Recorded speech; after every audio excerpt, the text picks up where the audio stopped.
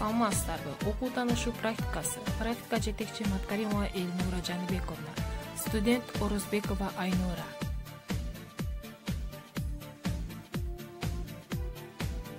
Биялык саат өтмөкчүмүн. 9 май Улуу жеңиш күнүнө 75 жыл. Сабактын темасы Улуу жеңиш күнүнө 75 жыл. Сабактын максаты окуучулар 9 май Улуу жеңиш күнүн жөнүндө түшүнүк алышат. Окуучулардын ой жүгүртүүсү, кабыл алуусу, эске сактоосу өнүгөт. Окуучулар согушка катышкан ардагер аталарды сыйлоого, урматтоого тарбияланышат. Анда балдар мекен тууралуу сиздер менен чогуу ыр окумакчыбыз. Кыйын кезде жылыткан күн бололу, кыргызым деп жаңырган үн бололу. Учкан куштай туш-тушка тарап кетпей, улуу элге жан берип, кул бололу. Мезгил менен жарышкан күлүк сыңар, мекенчил кыз, мекенчил уул бололу.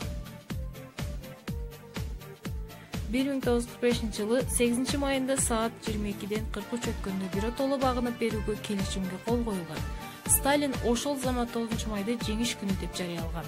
Аны эртең менен радиодон саат 6:00 атактуу диктор Лебедев жарыялаган.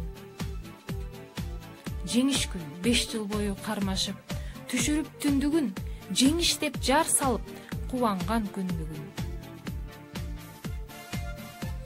Анда эмесе сиздер менен бүгүнкү 9 майга карата тарбиялык саатыбыз аягына келип жетти.